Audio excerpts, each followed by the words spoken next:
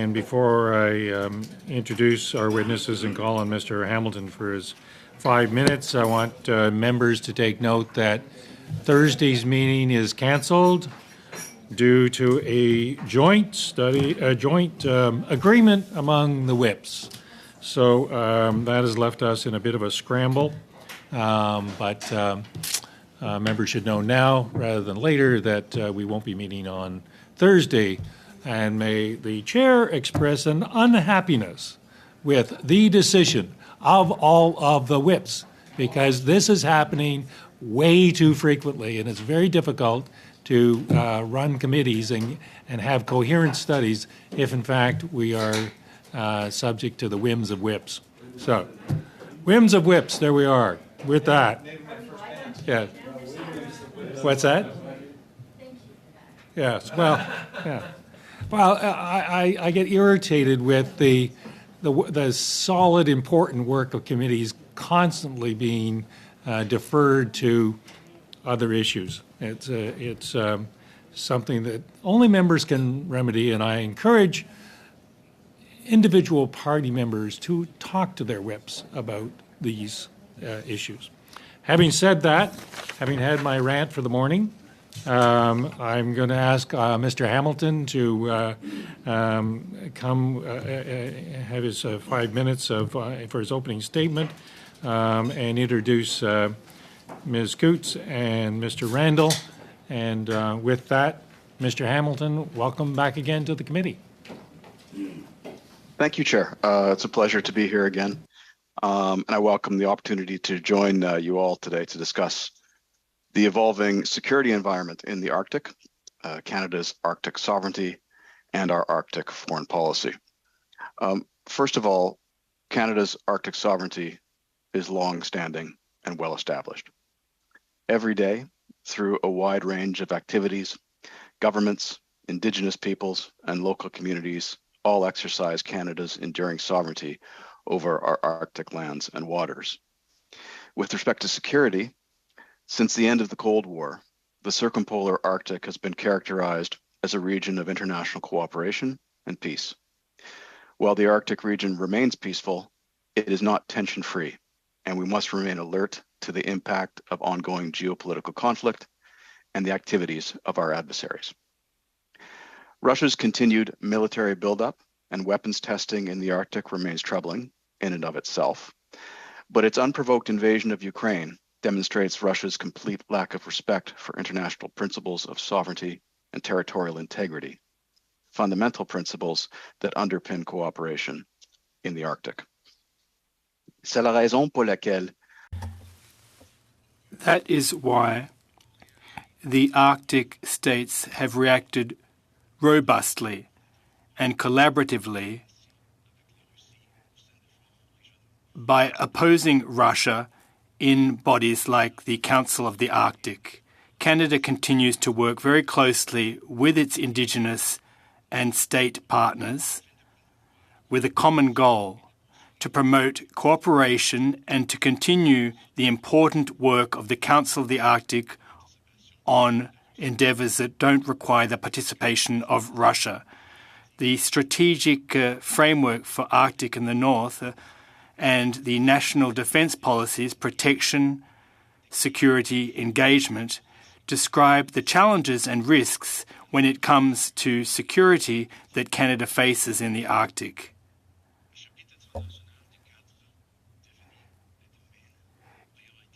The international chapter defines Canada's role in the Arctic, including strengthening international rules-based order,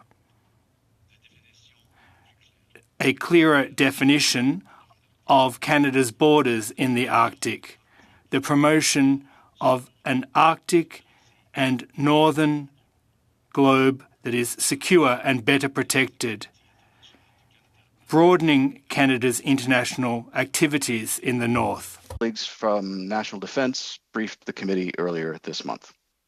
It's important for me to emphasize that investing in our domestic defence and Arctic capabilities strengthens our position internationally. As such, Global Affairs Canada is strongly supportive of efforts to improve Canada's domestic capabilities and to enhance our defense posture in the Arctic. Of course, our partnership with the United States is of critical importance to Arctic security. Canada and the US are working closely to expand cooperation on continental defense and in the Arctic, including by modernizing NORAD. Canada's security is also anchored by our membership in NATO. Of the 8 Arctic states, 5 are current NATO allies, and Finland and Sweden are on track to join the alliance in the near future.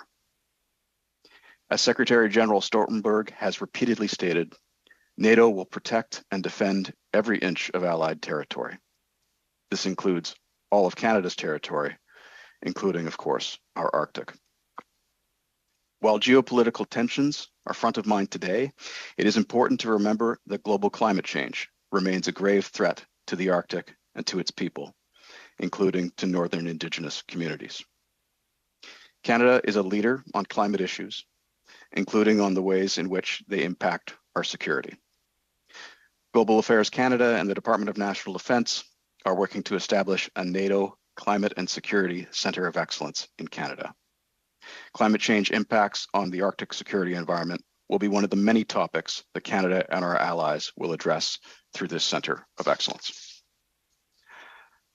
À mesure que les changements As climate change makes the Arctic more accessible, although in an unequal fashion, international activities and interests will continue to grow, particularly on the part of certain states that do not share our values. In the case of China, its interests and ambitions concerning the Arctic are both economic and geostrategic, and reflect its growing involvement in global governance writ large. China considers itself as a quote-unquote quasi-Arctic state. This designation is not recognized internationally and has described polar regions as one of the new strategic frontiers of the world. The ever-evolving strategy adopted by Canada regarding China acknowledges the complexity of the relationship and the need to take up challenges, to compete, to cooperate in terms of climate change, for example, and to coexist, as the case may be. To say that Canadians have long benefited from the protection afforded by geography, particularly the geography of our northern approaches. As the Arctic will continue to gain in strategic importance in the years and decades to come, the natural protections once afforded by an ice-covered and distant Arctic will no longer be sufficient to guarantee Canada's security and sovereignty. That's why Global Affairs Canada will continue to work closely across government and with regional allies and partners to minimize and manage regional tensions, to confront threats, and to respond to shared challenges. Thank you, and we look forward to your questions. Thank you, Mr. Hamilton. Madame Cramp-Newman, 6 minutes, please. Thank you for your comments this morning. I'd like to start by suggesting that there's been some concern, and the Chief of Defense Staff has suggested that our ability to maintain our sovereignty is certainly in question in the North, and it will be challenged in years to come. Can you confirm that? Mr. Chair, it's an old axiom of international relations that sovereignty must be exercised and demonstrated to be retained. And I would say, as I said in my opening comments, that is something that our military and various levels of government and people of the Arctic do every single day.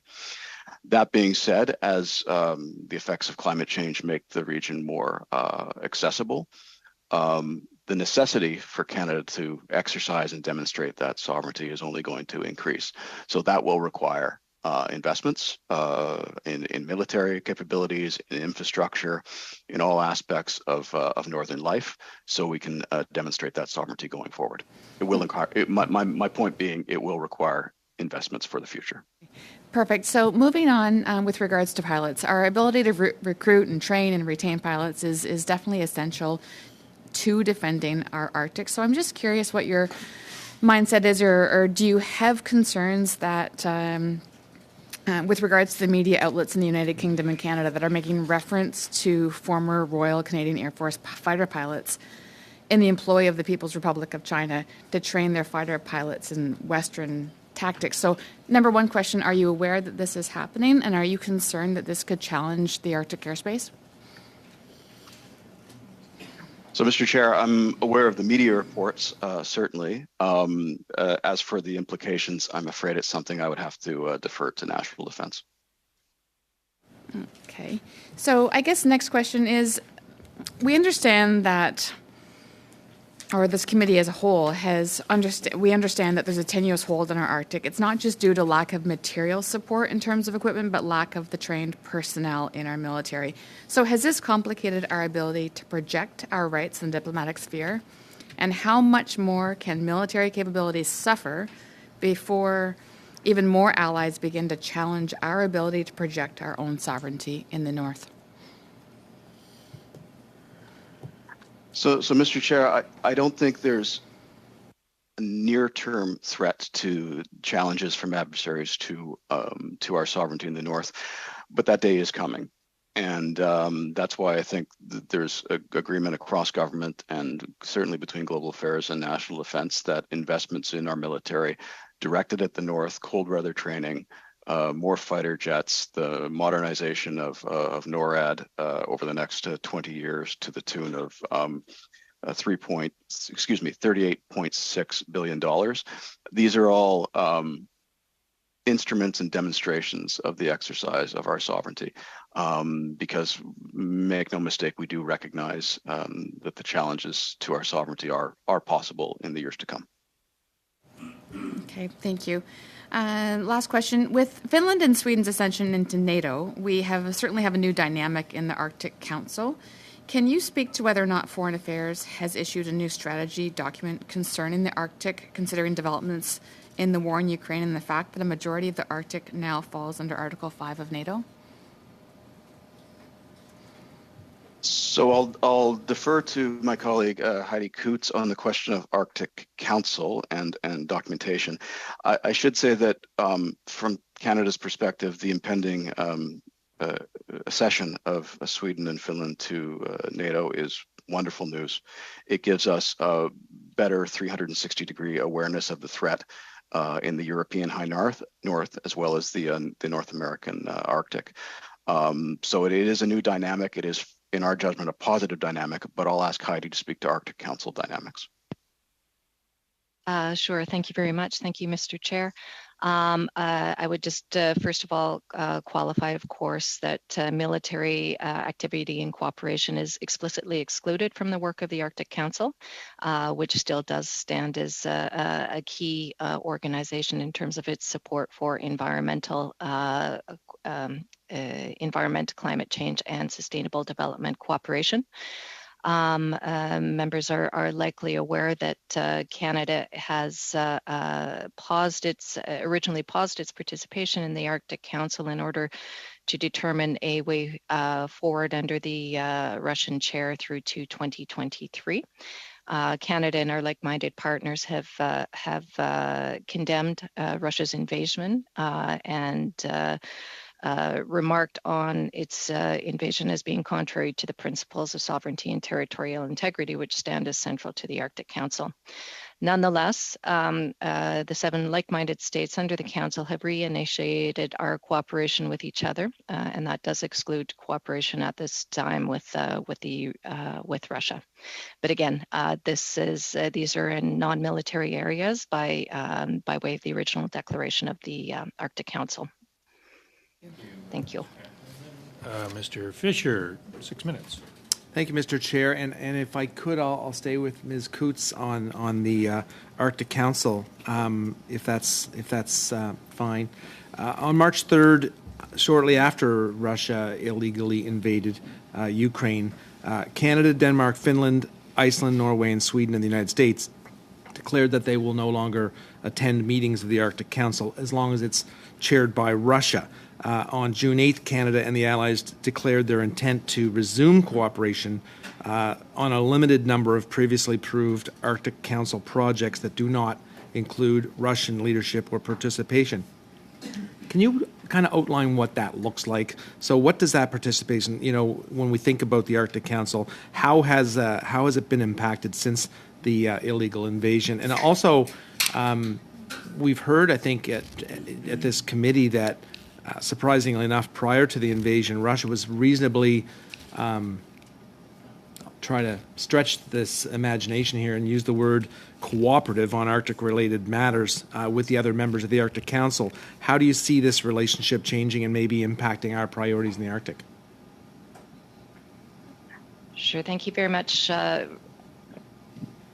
for the question. So just reiterating, in the sequence is correct as you've outlined it, that in March of this year, the like-minded states condemned Russia's invasion to Ukraine, put an immediate pause to our own participation in the Council and any travel into Russia. In light of the fact that Russia is the current rotating chair of the Council through to 2023. Also informed and in light of the importance of the Council's work and the contributions that it does make to Northern communities and to the stakeholders who are involved in it, in June of this year, after assessing all options, what the like-minded states did is we re-engaged in those project activities under the Council that did not involve the Russian Federation. Every 2 years at the ministerial, the Arctic Council approves an agenda of projects. In upwards of 100 projects are normally in play during a regular term. With our re-engagement in the projects of the Council that may work on issues of environment, sustainable development, Indigenous knowledge, the whole gamut of activities, Canada has re-engaged in about 70 of those activities with partners. Of course, we're concerned about the future of the Council and its sustained health and stability. We're currently working and taking into consideration and working behind a smooth transition of the chair, which will next pass to Norway in spring of 2023. And doing what we can to maintain as much activity under the Council as possible in the meantime, and focusing on a successful and smooth transfer of the chair. Thank you so much.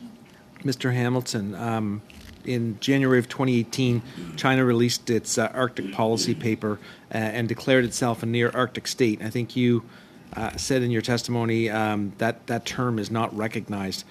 Can you share the implications of China's Arctic policy on Canada's Arctic sovereignty, and also maybe signify what China means when it refers to itself as a near Arctic state? So, quite correct. This is a self-appointed term that the Chinese have given themselves, this term near Arctic state. It means nothing in international law. We interpret that they mean that they have an interest in the Arctic region, and we've seen in past years a lot of Chinese research, for instance, in international waters in and around the Arctic. They are an observer in the Arctic Council, and they certainly have interests in as the ice melts in the high Arctic. They have long-term interests in transit points. That's why it's so important that Canada reinforce our sovereignty over key stretches of water like the Northwest Passage. We are very live and very wary of how China has articulated its approach to the Arctic. So, do I have any more time, Mr. More than a minute. Okay, so thank you for that, Mr. Hamilton. But in that paper, China's developing military projection capabilities is mentioned, and that would extend into the Arctic region. Is that? It just seems counterintuitive to some of the things that we're hearing. What is their thought behind developing military projection capabilities in the Arctic region? So China's engaged in a campaign of increasing its military projection capabilities globally. The Arctic seems to be part of that intent, although they have had some setbacks, as we can see through open sources over the last year. Their icebreaker, for instance, didn't leave port this year. It was very likely undergoing repairs and so forth. At this moment, we don't assess that China has the ability to project military power towards the Canadian Arctic. They can certainly send vessels, and they can certainly undertake activities that might concern us. But in terms of projecting a blue water military capability across the Pacific towards our Arctic, that's not something that we assess as a challenge right now. It is very likely that it will become a challenge in the future, however. Mr. Fisher. Ms. Normandine, 6 minutes. I think we should declare Canada to be a near Caribbean state. What do you think? Particularly between November and March. I think that would be do you think that would stand up in international law? Anyways, Ms. Normandine. Merci, Monsieur. Thank you, Mr. Chairperson, and I hope that's not going to take up any of my questioning time, but I'd be interested to hear the answer nevertheless. Now, my question will be directed at Mr. Rendell. I'm not sure if he's still there, or Mr. Hamilton, alternatively. It deals with ocean rights. Now, as part of your work at Foreign Affairs, how important is it to be abreast of whom is in our territorial waters, if it's a commercial ship, a pleasure craft, where it's come from, where it's going to? For the purposes of your work, to what extent is it important to have a clear and precise real-time image of what is occurring in our territorial waters?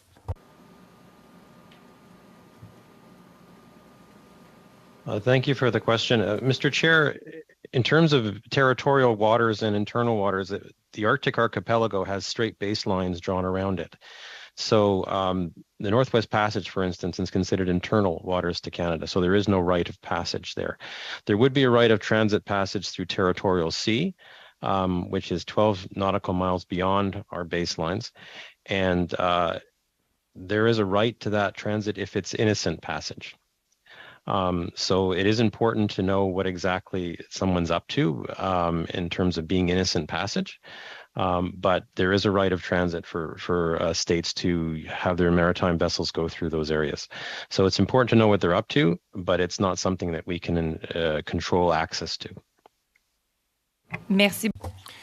Thank you very much. Well, I asked the question because this morning we received a report from the Auditor General that raised a number of defects and shortcomings insofar as Canada's monitoring of the Arctic is concerned. The report dealt with the Arctic and focused in on the fact that there are long-standing problems that haven't been addressed when it comes to monitoring and surveillance and the transferring of information between various departments regarding what is occurring in the waters.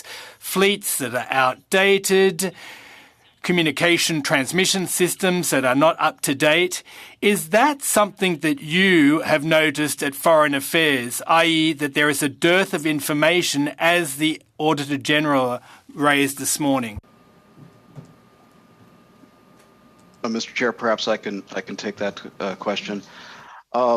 Certainly, there's a recognition across government of the need for better and more modernized surveillance capabilities in the Canadian North. And I think we are seeing now a commitment from the government for investments in those areas.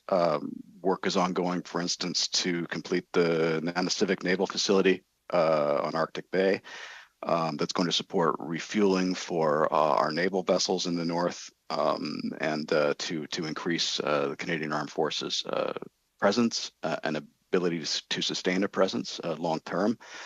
The government recently announced that it will move forward with the construction of 2 polar icebreakers for the Canadian Coast Guard. That will give us a greater year-round presence in the Canadian Arctic.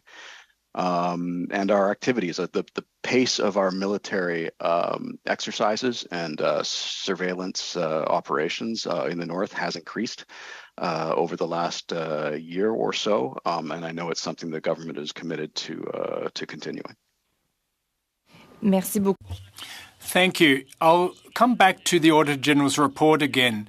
It's stated that there may be ships and satellites that are being used that will reach their useful life cycle prior to being replaced and switched out. Is the Department of Foreign Affairs aware of this fact? And is there a contingency plan already in place to provide for a continuum regarding maritime traffic in the Arctic waters and monitoring of them? So, Mr. Chair, certainly we work with the Department of National Defense to ensure that there is a plan in place for the modernization and upgrading of antiquated systems that are fast reaching the end of their useful life. Once again, that is the reason for these reinvestments in our surveillance capabilities. I know there are plans to look at the RadarSat constellation. The member mentioned satellite surveillance, certainly NORAD modernization, which will move beyond the traditional realm of just aerospace monitoring, but will look at pan-domain surveillance, including maritime and subsurface and outer space, as well as cyber. So I think the government and officials within the government are very much aware of these challenges of aging equipment and aging systems, and that's why there is a plan in place to replace them. You have about 20 seconds. Okay. Madame Matheson, 6 minutes, please. Thank you, Mr. Chair. So currently, and this has actually been a consistent problem for over a decade in terms of the ability of that naval facility, Nana Civic, I think is how you pronounce it. My apologies. But currently, it's and as the Auditor General's report mentioned as well, that it's only operational 4 weeks of the year. When can we expect that to be improved if it's already been a problem for the last over a decade? Mr. Chair, my apologies. I don't have a specific timetable available to me on that. That is a question we'd like to refer to National Defense. Okay.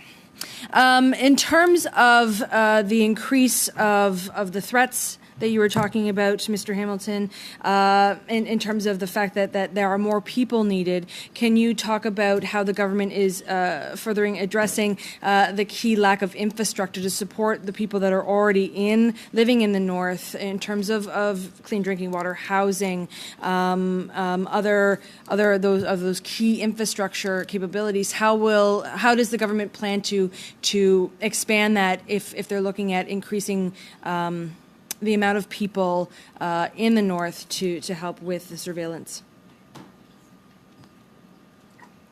So, Mr. Chair, on issues of support to northern communities, it falls outside foreign affairs directly, although perhaps I can turn to Heidi to discuss some of the work of the Arctic Council in supporting northern communities.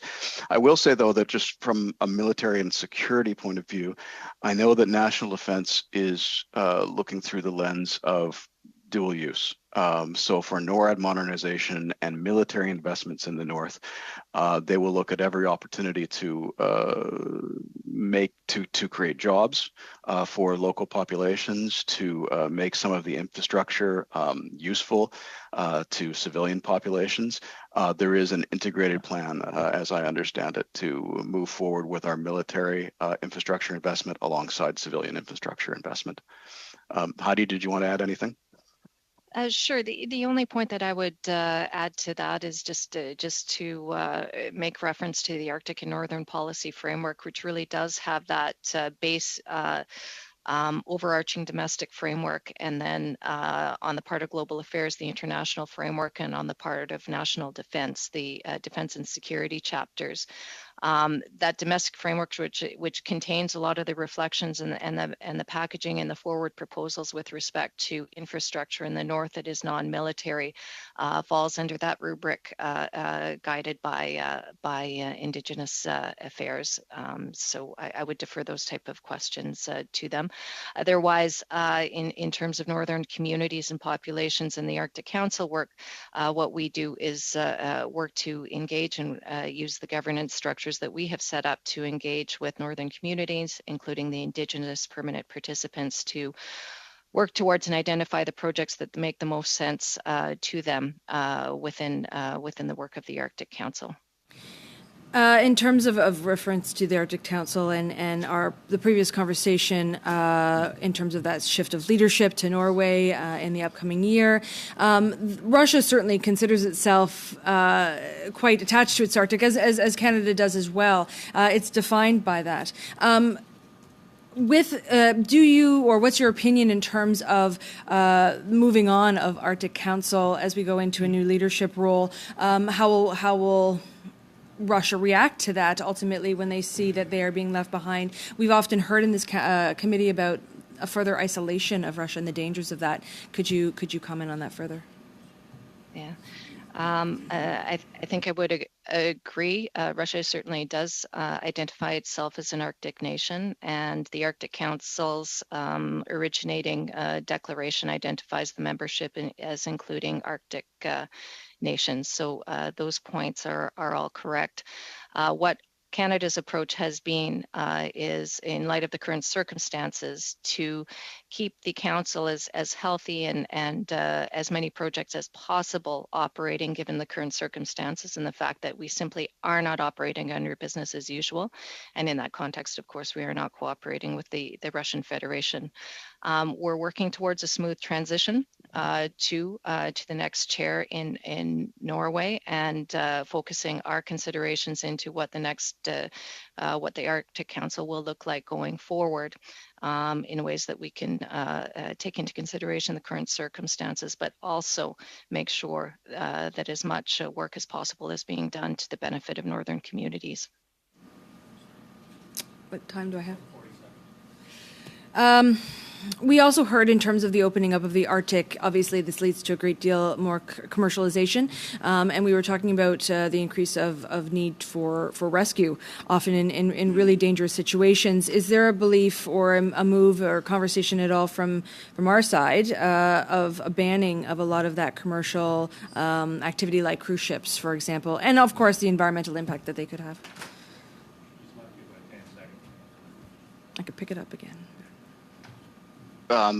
Perhaps I can defer to Heidi again on this question, but I'm not aware of any conversation around banning particular vessels coming through our waters as a matter of principle. But certainly through the COVID period, for instance, there was prohibition that we instituted for our own waters to protect isolated communities from having commercial ships dock at their ports. Okay. So we do certainly have that capacity, and it could be exercised in the future, either from a safety and security point of view. For instance, as you mentioned, search and rescue type of things, environmental concerns. Certainly, it is a hallmark of the exercise of our sovereignty up in the Canadian North. Okay, we're going to have to leave that response there. Before I ask Ms. Gallant for the next 5 minutes, the Auditor General's report about Nanisivik and its four weeks of utility, I thought was quite an interesting observation. I note, colleagues, that we do have some military. Well, we have the Coast Guard and search and rescue, and some military people coming next week, but I think you've hit on a significant element of the report, and so colleagues may want to ask questions at that point about that. Ms. Gallant, 5 minutes. Thank you, Mr. Chair. What does the PRC's interest in the Arctic say about President Xi Jinping's foreign policy? And specifically, does the PRC's interest in strengthening its economic defense and energy capabilities in the Arctic pose a threat to Canada?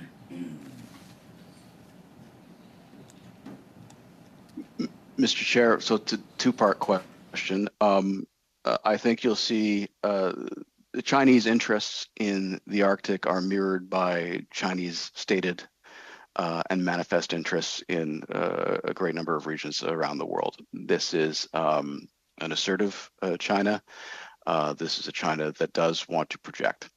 And so the Arctic is just one piece of that.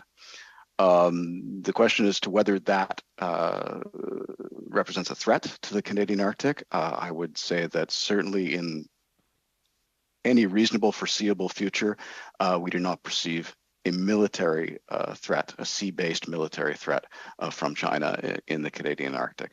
That said, there is a potential for challenge to our sovereignty in the Arctic, and that's why we must invest, and we are investing in protecting and patrolling the approaches to our Arctic, and that is part and parcel of what we're doing with shipbuilding as well as NORAD modernization. So what threat assessments have been done with respect to China and Russia's increased presence in the Arctic? Well, there are myriad classified assessments that are done on an ongoing basis on both those countries with respect to the Canadian Arctic. Is there anything you can share with us with respect to threat assessments on the military buildups of the two states? Well, I can say certainly that we see the military buildups. With respect to Russia, of course, their buildup is in their own Arctic, on their Arctic territories. Once again, from a pure military point of view, we don't detect that land-based or sea-based buildup as a direct threat in as much as we don't perceive the Russians trying to initiate an attack against the Canadian North. That said, the political disposition of Putin's Russia does give us concern. And we've seen that they have very little to no regard for international law. So even though we don't see the material buildup prima facie as a particular threat aimed at Canada, we do see the politics surrounding that kind of military buildup as a matter of concern. As for China, once again, we see the threat as, again, not military, not kinetic as such, but we have seen nefarious Chinese activity aimed at Canada through hybrid threats, through cyber, through predatory investment attempts, and so we're monitoring those issues very carefully. Okay, and Ms. Coutts, what role do observer states have in the Arctic Council, and has the Arctic become a region of competition?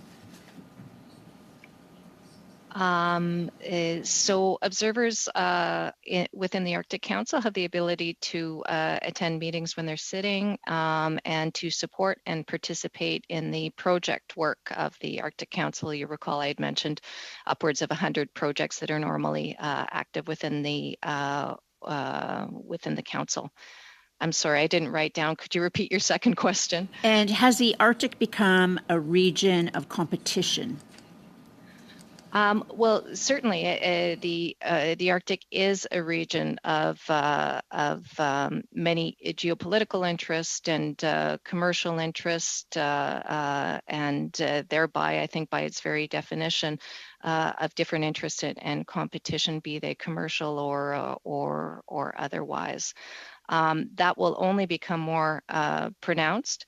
As we all know of the disproportionate effects of climate change on the Arctic, which will, over the course of time, render it more accessible and certainly render it more of higher geopolitical interest. Thank you, Ms. Gallant. Ms. O'Connell, 5 minutes. Mr. Chair, thank you to the witnesses that are here today. I want to actually follow up on Ms. Normandin's question and the answer in around the free passage for, now I forget how you phrased it, but like innocent passage or the fair passage. What does that mean around, for example, China's interest in building shipping routes through the Polar Silk Road? And what is Canada's role, or what action can Canada take if you can't convince China not to do these things, and if you can't prevent some of that passage? Is there a way to make sure they can't build the infrastructure along the way, for example, or industry that would need to be partners there? What is the thinking around the attempts around the building the China's Polar Silk Road? Well, thank you. I think I'll respond first to the question of innocent passage. As I mentioned previously, Mr. Chair, the 12 nautical mile territorial sea is beyond our baseline, so it's not the internal waters of Canada, but it's something we have a great deal of sovereign rights over. However, there is the right of innocent passage for every state to move through the territorial sea if it's considered innocent passage. And the way they define that in the convention is passage is innocent so long as it is not prejudicial to the peace, good order, or security of the coastal state. So obviously you can't use weapons when you're in the territorial sea. That's not considered innocent passage. You can't carry out lawful or serious acts of pollution in the territorial sea. You can't carry out research or surveying activities without the permission of the coastal state. So basically you're told you have the right of innocent passage to just pass through. And that's something that all states under the Law of the Sea Convention adhere to quite strictly. Canada takes advantage of that in other places in the world. And with respect to Chinese ships, what we have noticed in the last few years is they do carry on research, marine scientific research. They haven't done it in our internal waters. They have done it a few times in our territorial sea, and they have asked for permission. And we've granted it. And in one case, we actually had scientists on board. As for some of the infrastructure, I think I'd better defer to Mr. Hamilton about that. Well, I can speak to China's Polar Silk Road. As I understand it, and as they have articulated it, that route actually is more close to Russia's Northern Sea route than any Canadian territorial waters. And a lot has been made about a nascent or ongoing strategic partnership between Russia and China. This is one area where there is friction. I think it's evident, and it's been widely reported that the Russians have a great deal of concern about this Chinese Polar Silk Road concept, because it does come so close to Russian territory, and there is concern around Chinese predatory tactics surrounding precious commodities and so forth in that region. And I guess, just keeping in mind, obviously, what northern or Arctic sovereignty issues, whether it's Russia's concerns over China and the Silk Road or the innocent passage, I think the concern is that if China builds into these routes, it becomes much more difficult than when they no longer respect the international treaties and the international order in terms of, asking for permission and things like that. So I guess, how closely are you monitoring this? How much work is being done with our allies? For example, in Europe, you spoke about, I think earlier with Mr. Fisher's questions around Norway. What is the work ongoing in terms of our allies in Europe that would be, again, it's that connection in making it across that would be concerning. So what is the conversation there in terms of I know you can't get into like necessarily threat assessment, but what is the mood and anticipation given this is building? Unfortunately, Ms. O'Connell has left you no time to answer the question, but it is a very interesting question, I have to say. Yes, I would like it answered, but I can't. So we'll have to go on to Ms. Normandin. 2.5 minutes, please. Merci beaucoup. Thank you very much. I'd like to hear your thoughts about critical minerals.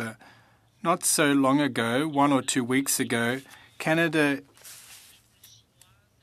excluded Chinese companies from the possibility of mining in the north. And recently we've heard that the Americans are very interested and they would like to invest by subsidizing such projects. Now, of course, I'd prefer it to be the United States and not China that engage in such activities in the north. But isn't it risky? Wouldn't this endanger Canada's capacity to benefit from these minerals in a context where supply chains are very interdependent? Isn't there a risk that the US wants to get their hands on the minerals in the north in order to ensure their own security from a supply chain standpoint? Are we quite simply letting our resources slip out of our hands for the benefit of a much bigger player? So thank you, Mr. Chair. So I'm not aware of any specific investment plans, but I know they certainly do exist. Concerning China, first of all, we have this legislative instrument, the Investment Canada Act, which has very broad powers to deny certain kinds of investments throughout Canada, but particularly in the Canadian North and with respect to critical minerals. When we assess and what the security and intelligence community in Canada assesses that it would be a risk to our national security. And so I know that this was exercised very recently with respect to a prospective Chinese investment. With the United States, as a member says, we are much more comfortable with their investments. But of course, the United States is bound by all the trade rules and regulations that exist between us through our bilateral and trilateral agreements, bringing on board Mexico, as well as broader global standards of international trade. So I'm confident that that the rules-based international order, as it applies to trade and investment, applies particularly well to Canada and the United States, and every prospective investment will be assessed on a case-by-case basis. Okay, we're going to have to leave it there.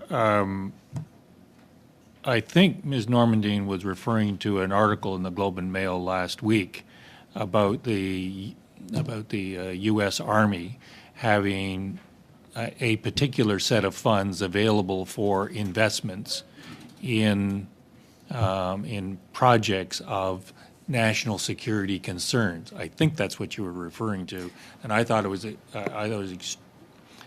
I'm not alarmed, but it's important to know. Am I correct? Je référais à un article. Well, I was referring to a CBC article, just to be more precise. Thank you for correction. Okay. Well, if it's a CBC article, my friends over here will not appreciate it.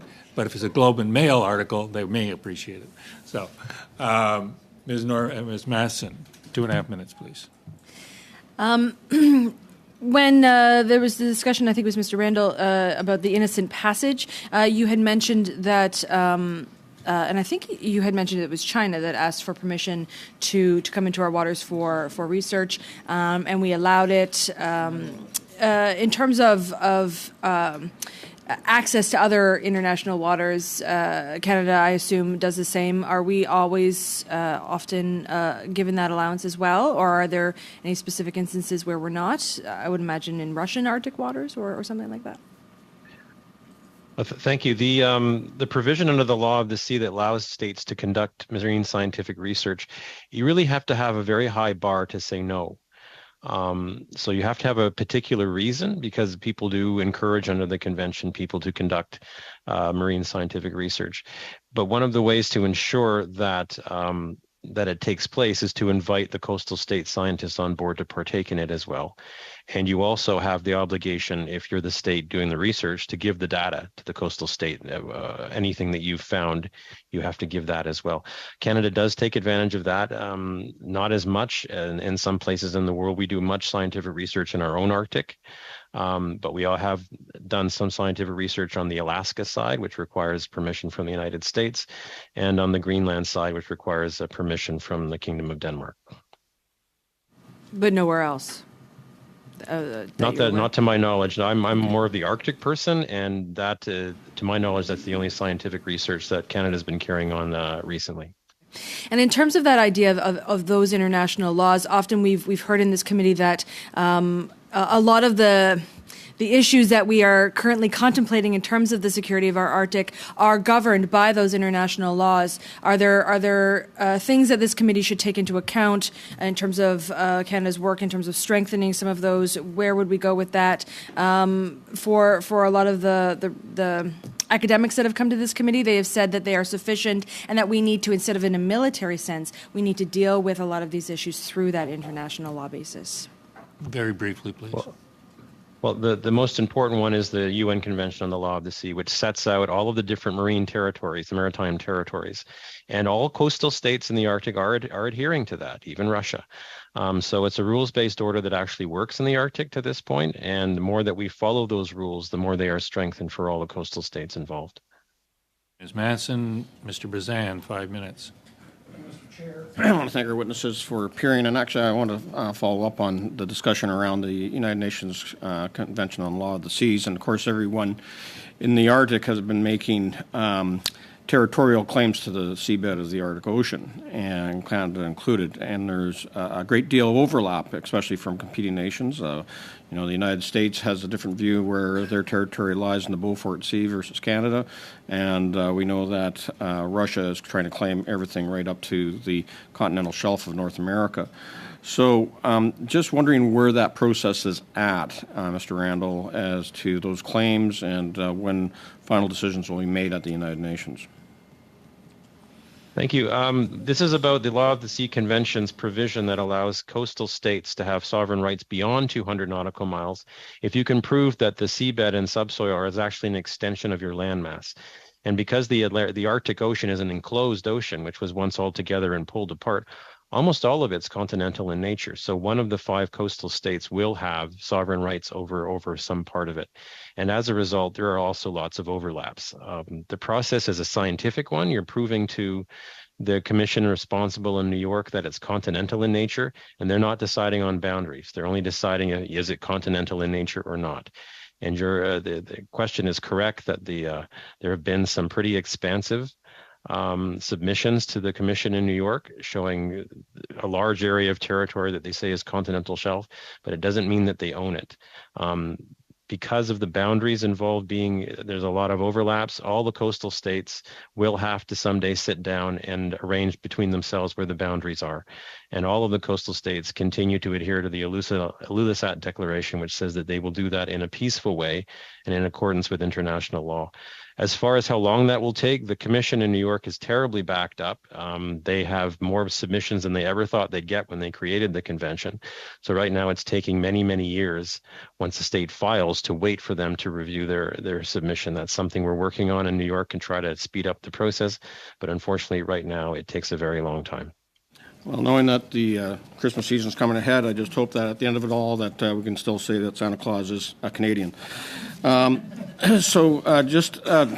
that, Mr. Hamilton, you said that you haven't had a chance to preview the Auditor General's Report number 6 on Arctic water surveillance.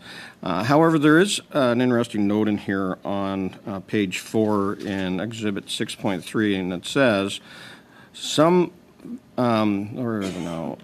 So just so you know that in 2020, the navigation season in the Arctic was restricted, and no pleasure craft or others were allowed to come into northern communities because of exposure to COVID-19. But some vessels tried to breach those restrictions. And he said, for example, during that summer, a foreign sailing vessel entered the Canadian Arctic without approval or exemption, and it was identified in the vicinity of Cambridge Bay by an Inuit monitor. So our systems of surveillance missed it completely until it was almost at shore that somebody actually saw it, probably a ranger. So my question to you is, do we know the nationality of that vessel? So, Mr. Chair, our system knows the nationality of that vessel. I'm not sure I'm permitted to discuss that in an open facing forum, but we do know the nationality of the vessel, and my understanding is that very large fines have been waged against the owner of that vessel. Okay, thank you. Mr. Chair, because I think this report is germane to our study that we're doing right now on Arctic surveillance, I'd move that we invite the Auditor General to appear to discuss report number 6, Arctic waters surveillance. Okay, the motion is in order. It's relevant to what we are discussing. It's on the table. I'm assuming you don't want to debate it just yet. That we can defer to the debate, can we? Oh, okay. Okay, well, sorry, do you want to?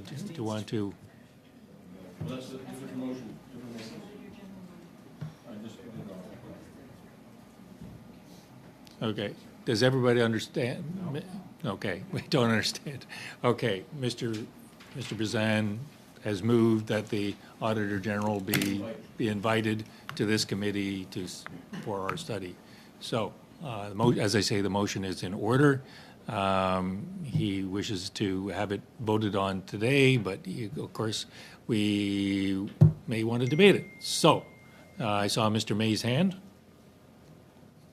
Thank you, Mr. Chair. I'm wondering if maybe the clerk can, and again, we're going to get into a bit of a rabbit hole here if we debate this too much, and we do have witnesses for a few more minutes here.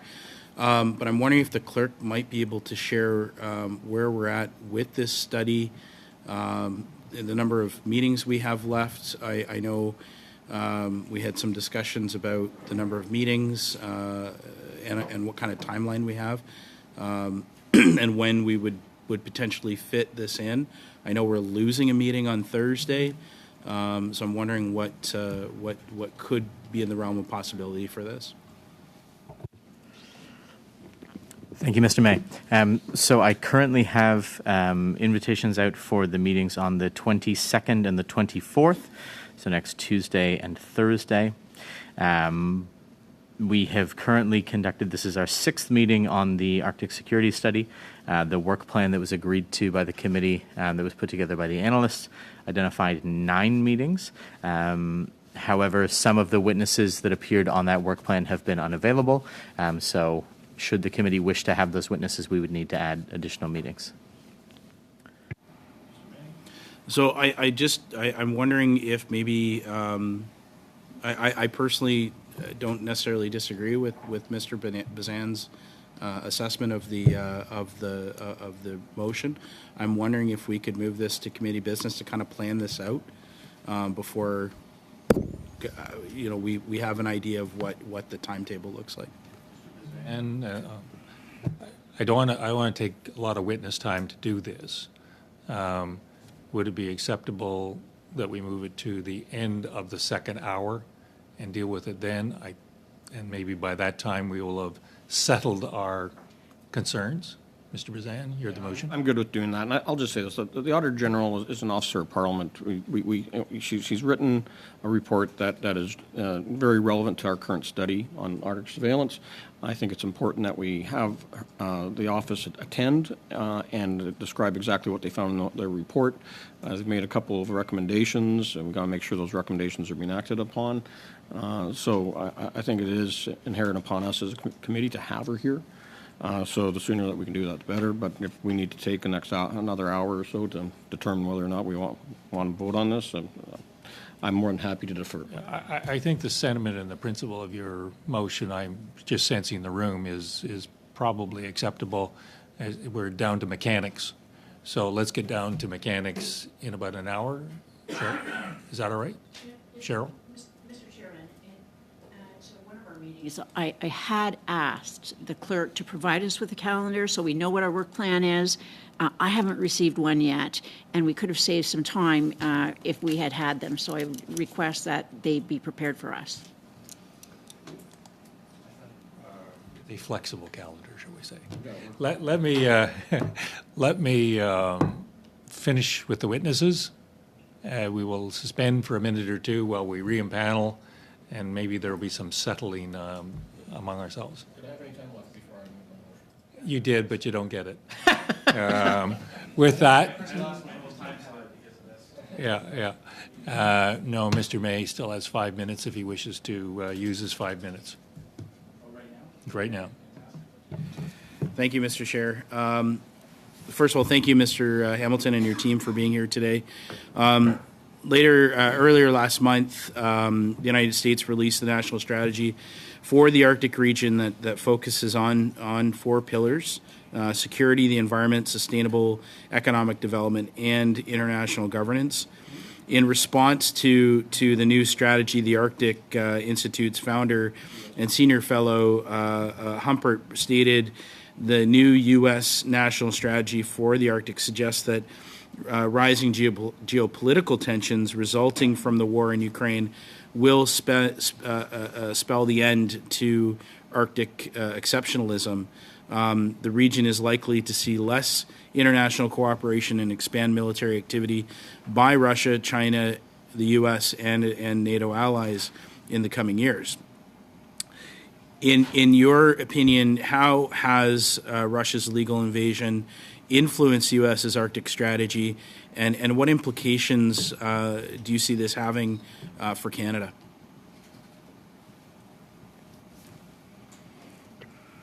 So, Mr. Chair, it's an excellent question. U.S. strategy is something that we looked at very carefully. I would suggest that from where we stand now and understanding the geopolitics of today, we would certainly agree with the sentiments that are put forward that because of greater geopolitical competition globally, one can't help but think that there will be an impact on the Arctic. That said, all the Arctic states minus one are exceptional allies and are very cooperative in nature in terms of the security of the circumpolar region. Now, that one exception is, of course, Russia. And I think it's undeniable that Russia's invasion of Ukraine has influenced the U.S. assessment, as it has influenced our own assessment. That said, the future of the geopolitics of the Arctic are very long term. And Vladimir Putin is not going to be president of Russia forever. One could imagine one day where we become cooperative with Russia again. That day is not soon, but it requires diplomacy. It requires coordination among Canada and the other Arctic allies to hold Russia to account, but also to create a space where cooperation can be reborn again. But that is not going to happen in the near term. Thank you. As stated in the Arctic and Northern Policy Framework, the Canadian North is warming at about 3 times the global average rate, which is affecting land, biodiversity, cultures, and traditions. The framework states that while this presents possible opportunities, it also brings increased safety and security challenges. What are those safety and security challenges, and how is climate change impacting security dynamics? And in addition, can you elaborate on how the Government of Canada is addressing the issue of climate change with the Canadian North? Slightly less than a minute and a half. Okay, well, a great many ways, and I won't get into them because they're not my areas of expertise. But I would point out the forthcoming NATO Center of Excellence on Climate Change and Security that Canada will host. It will be located in Montreal, and we anticipate it will be operational by next year. That center will elaborate NATO doctrine as it pertains to how climate change affects security. And one large aspect of their studies will be on the Arctic and how the changing environment is, as you say, creating opportunities, but also creating new challenges. So more doctrine to follow under this Canadian initiative. Thank you, Mr. Chair. Mr. May, and I want to, on behalf of the committee, thank all three witnesses. Mr. Hamilton, you're becoming a frequent flyer before this committee, and we appreciate it. Ms. Coutts as well, and you as well, Mr. Randall. Thank you for the way in which you presented yourselves and how you inform our study. With that, we're going to suspend and re-empanel.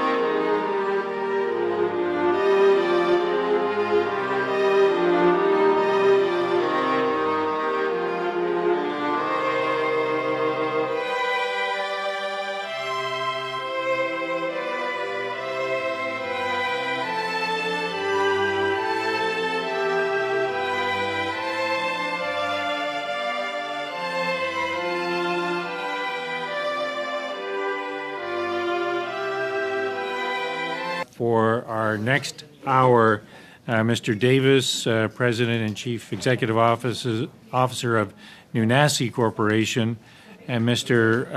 Les Klaptiuk from International Logistical Support from somewhere we're not quite sure where. And Mr. Davis, you're present, so you have 5 minutes. Colleagues, I'm looking at the clock and I'm mindful that we have a couple of motions at the end. So I'm going to have to cut back everybody's time. I'm not quite sure how much I'm going to have to cut it back, but be forewarned. Mr. Davis, however, we're not going to cut back your time. 5 minutes, please. Thank you, Mr. Chair, members of the committee. It's an honor to be here to have a conversation about a topic as important as Arctic security. Nunasi is a Nunavut Inuit Birthright Corporation owned by two regional Inuit associations, QIA and Kivalik Inuit Association, and one regional Inuit Development Corporation. The structure ultimately means that Nunasi is owned by all the beneficiaries under the Nunavut Agreement.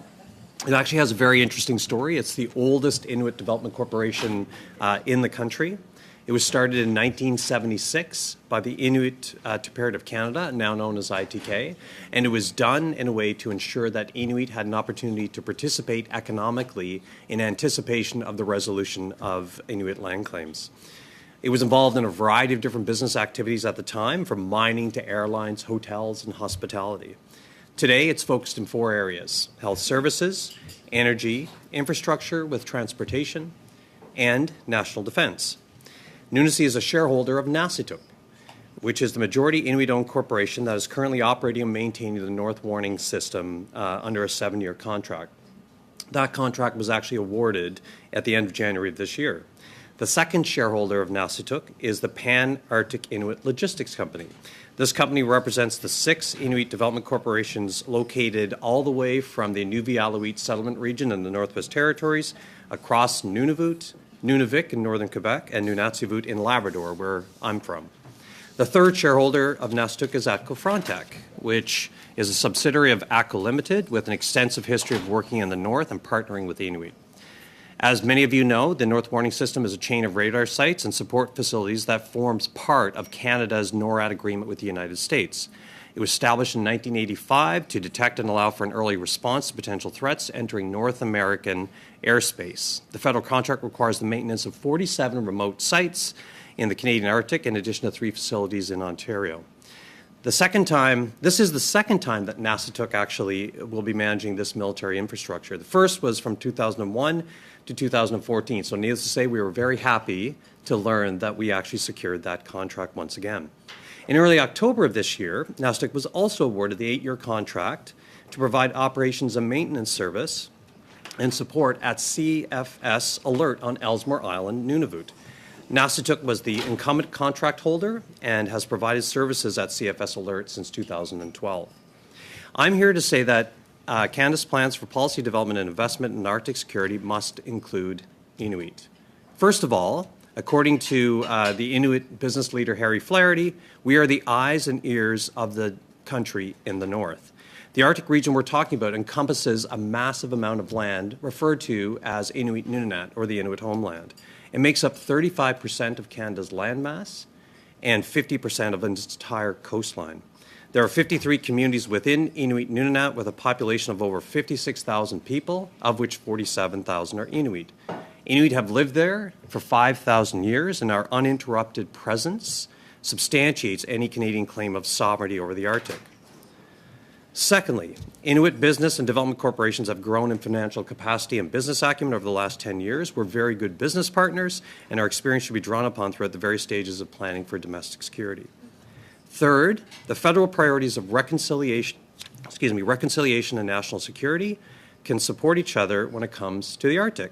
Inuit development corporations are ready to work with the military and other federal departments to develop plans that will meet security needs while respecting the sovereignty, rights, and way of life of our communities.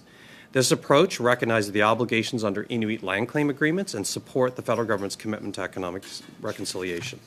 Finally, the goals of Arctic security can only be reached through well-planned investments in local infrastructure. It should not be a surprise that infrastructure in Nunavut, and in fact all across Inuit Nunanat, are in some cases non-existent as compared to the communities in the south. Reliable services that many take for granted, such as clean water, reliable power, consistent internet connectivity, simply do not exist at an acceptable level that we see here in the south.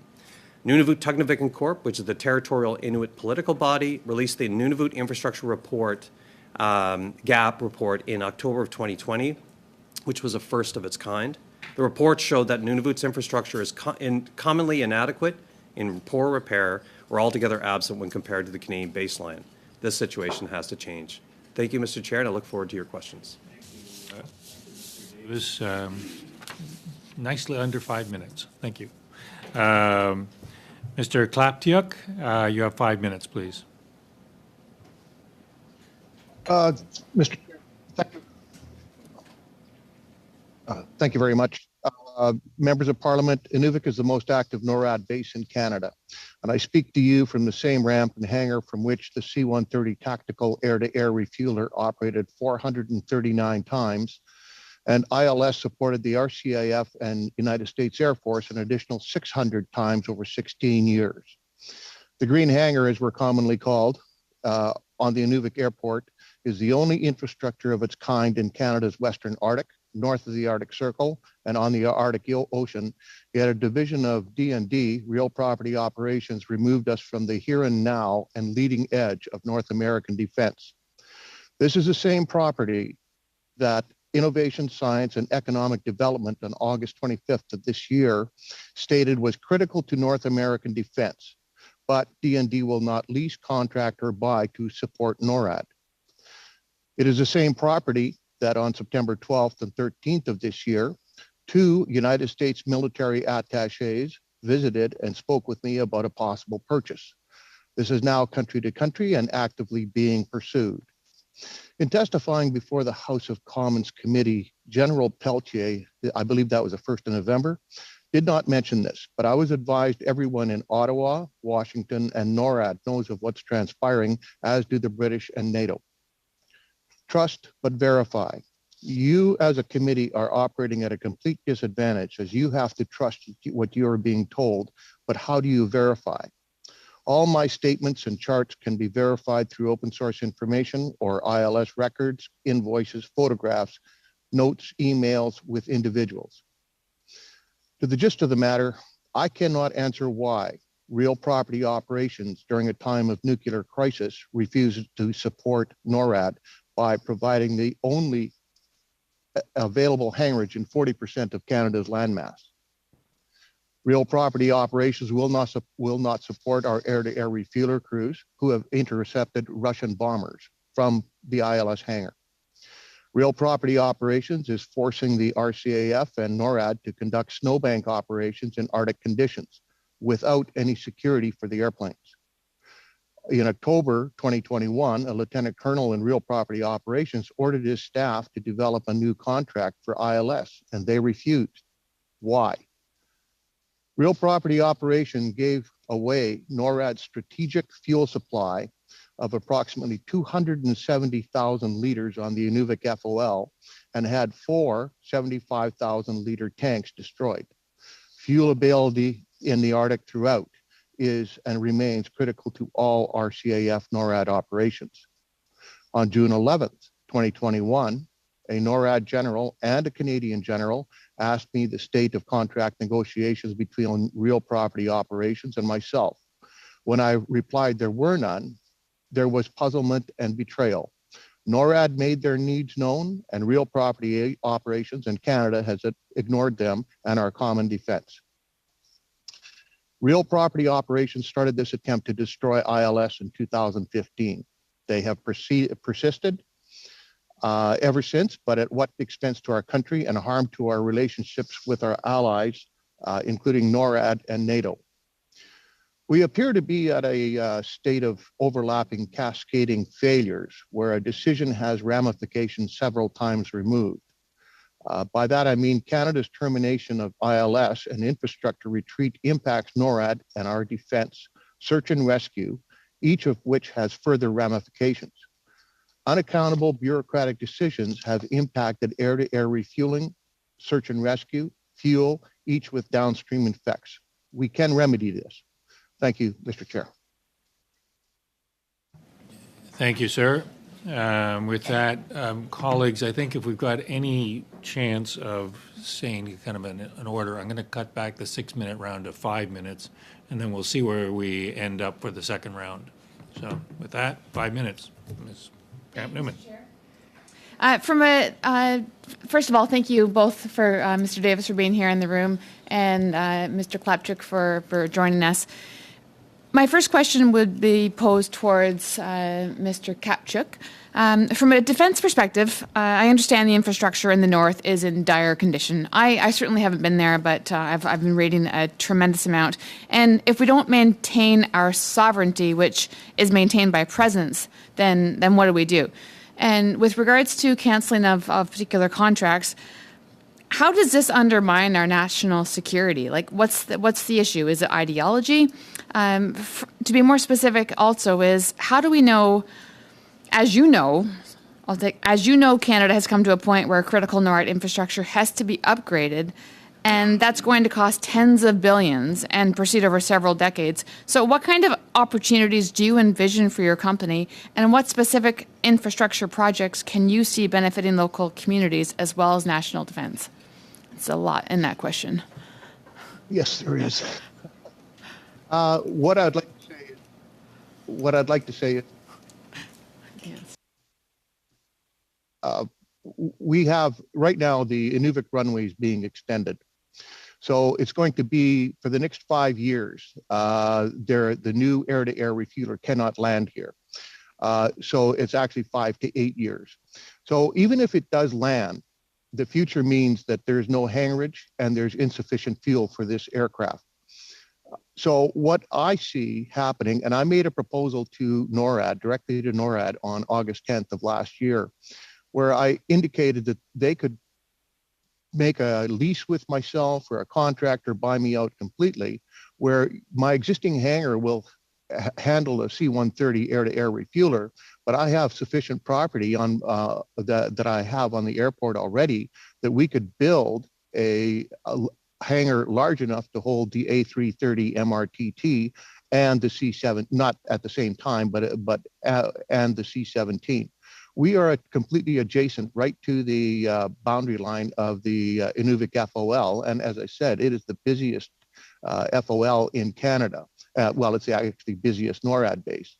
So there are opportunities for civilian companies to partner with the armed forces or Canadian Armed Forces to develop infrastructure, leaving the infrastructure to the government to build. And I'll use these examples. The Inuvik runway was first discussed by General Saint-Amand in 2007, and it's only starting now. The Nanisivik fuel depot for the naval ships was started in 2008 under the Harper government, and it may be ready next year. Yellowknife, there is apparently a new building going in for the JTFN. It was first discussed in 2004. Now I understand the property is purchased. I don't know if they've broken ground yet. So 20 to 25 years hence does not make defense here and now. And that's what we have to be concerned with as well. Future construction is great, but we also have to look at what are we going to do here and now. I hope I answered your question. Thank you. So to complement that, I see your company as being a great example of shared infrastructure between national defense and the civilian side. What do you believe is the biggest challenge to make these historic investments in NORAD modernization when it comes to that critical infrastructure that is needed? Reality. So, reality, is it political ideology? Well, I don't want to say political ideology. One of the problems that we do face, though, is that people don't understand the length of time that it takes to build anything here. Secondly, do the people in the local communities have the capability and capacity? Do they have the training? One of the major items that we face is security clearances. People cannot get security clearances under the standard operating procedures, and I believe my counterpart with Nunisi Corporation, they must run across that all the time. So there has to be a reality. Secondly, sorry to interrupt you. Would that concur similarly with that of gatekeepers? Is that the issue? I'm not sure what you mean by gatekeepers, but we have to meet the same. Those people in the Arctic that want security clearances have to meet the same requirements as Southern contractors for security clearances. And our crime rates in the Arctic, I'll only speak for the Inuvik region, are significantly higher with some very We're going to have to leave the answer there, whether it's a gatekeeper or whether it's a reality check. I don't really know. Ms. Lambropoulos, you have 5 minutes, please. Thank you, Mr. Chair, and thank you to both of our witnesses for being here to answer some of our questions today. In previous panels, we've heard about the fact that we need to demonstrate sovereignty, and as was mentioned before, the best way to do that would be presence and to make sure that the communities that are currently there are empowered as well. And being someone who is a believer that we definitely need to put reconciliation forward and do our best in those efforts, I see this defense spending in the Arctic as a major opportunity to be able to do that. And so I'm wondering, I know that there are certain businesses that have received contracts, Inuit-owned businesses that have received contracts. Can you tell us what the benefits have been in this area, how this has helped the North and Northern communities, and also what policies and frameworks need to be put in place and how can they be improved in order to see more of this going forward?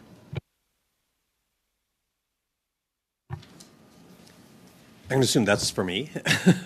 Thank you. And thank you for the question. First of all, so we've just received the North Warning System contract just recently, right? Just at the beginning of the year. The contract start date was in April. So we've had to do a significant ramp up of staff and so on, particularly here in headquarters in Ottawa, but as well as ensuring that we have training and development and the right support to ensure that we have a higher representation of Inuit workers and employees in those particular sites. Some of that is actually happening during the transfer from the previous contract holder over to Nasatuk. So that's one piece. And we've actually held the contract for CFS Alert since 2012. The benefits have been actually profound prior to us not winning the contract previously for the North Warning System.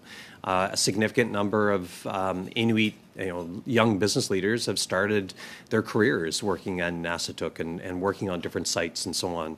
Some have branched out to become entrepreneurs and things of that nature. So not only is it training, development, job opportunities, but two other areas specifically, in particular for procurement.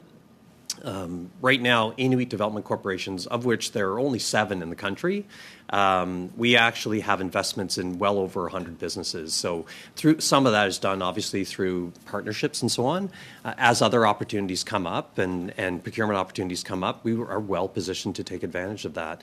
When we do that, that revenue, net revenue, actually flows back for the benefit of the community. And so it does help to achieve economic reconciliation. So this is, it has had a very positive impact on employment, certainly on procurement, but even with our revenue distribution to our development corporations, we use that in support of trying to develop other programs to support local communities. And can either of you speak to some observations that you've had from various levels of government working with in order to advance economic reconciliation?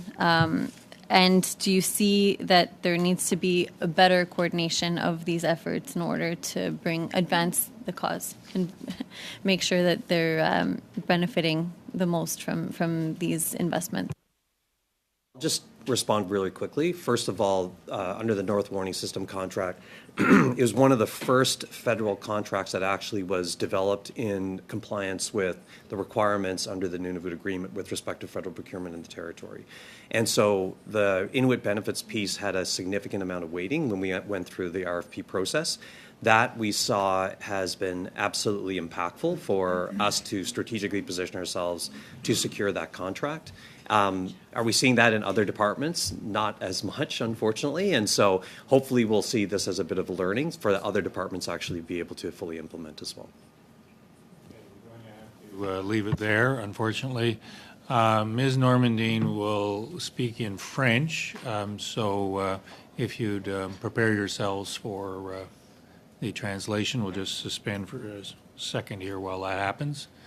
Mr. Klaptiak, are you adjusted for receiving a question in translation? Yes, I am, sir. Okay, good. So with that, Madame Normandin, 5 minutes, please. Merci beaucoup. Thank you very much to both witnesses. Very grateful to have you here with us today. I'd like to ask this question of both of you. Mr. Davis, you referred to infrastructure that is in a critical state. Had we prioritized and upgraded the infrastructure, what priority would the government have in terms of upgrading infrastructure in the Arctic, in your opinion? Sorry, I just got got the last part. What priority would the government have in terms of upgrading infrastructure within the region?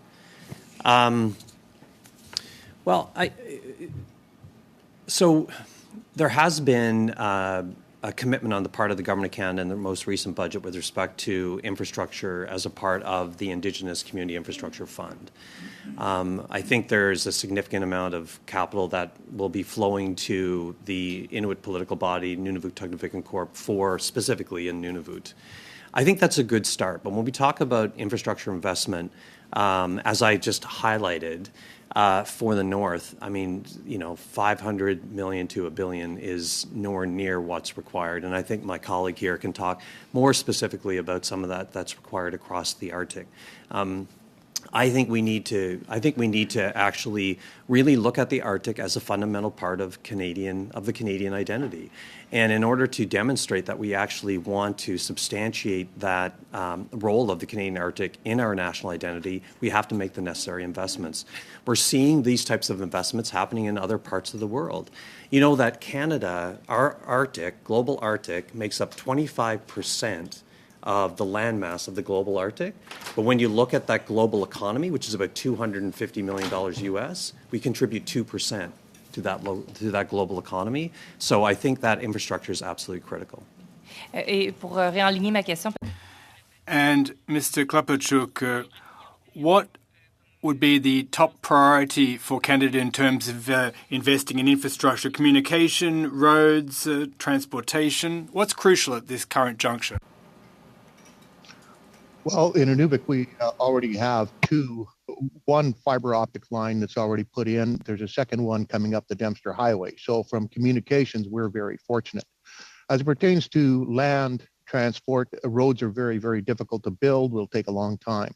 One of the key aspects or key transportation modes in the Arctic is air. So one of the things we have to look at is, from a government perspective, would be upgrading airports. Number one is going to be the critical ones, which are defense related. We also have to look at purchasing aircraft types, if we're talking from the defense perspective, that are going to operate off austere runways, which are gravel, ice, something that the new C-295 search and rescue cannot do. We also have a situation here where infrastructure within communities will be built when major contracts start, and you have a secondary type of economy that'll start, be it in the supply or provision of transportation.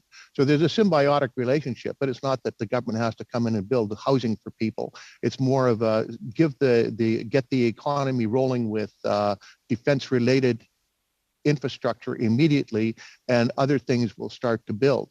One of the problems we do face in the Arctic, though, is that we have too many companies that come in on we'll call it a drive-by or a storefront. So they want to make a partnership in the Arctic so that they can come in and do the business. And that has negative ramifications because companies in the Arctic sign on, and the first thing that happens once the project's gone, there's no carry on and there's no further economic benefits that accrue from the previous work. And it's a feast or famine situation here. And that's why some of these long-term contracts, be it runways, perhaps upgrading marine assets, that is where we will need that for the immediate defense perspective. Okay, thank you. Ms. Matheson, 5 minutes. Thank you. And to both witnesses, what requirements are you seeing that both of your businesses now need due to some of the impacts of climate change? Have you seen any specific kind of investments that you need to make in response to maybe harsher conditions or certainly changing conditions? Maybe Mr. Klappiak can go first. Well, thank you for the question. I'm an extremely fortunate individual.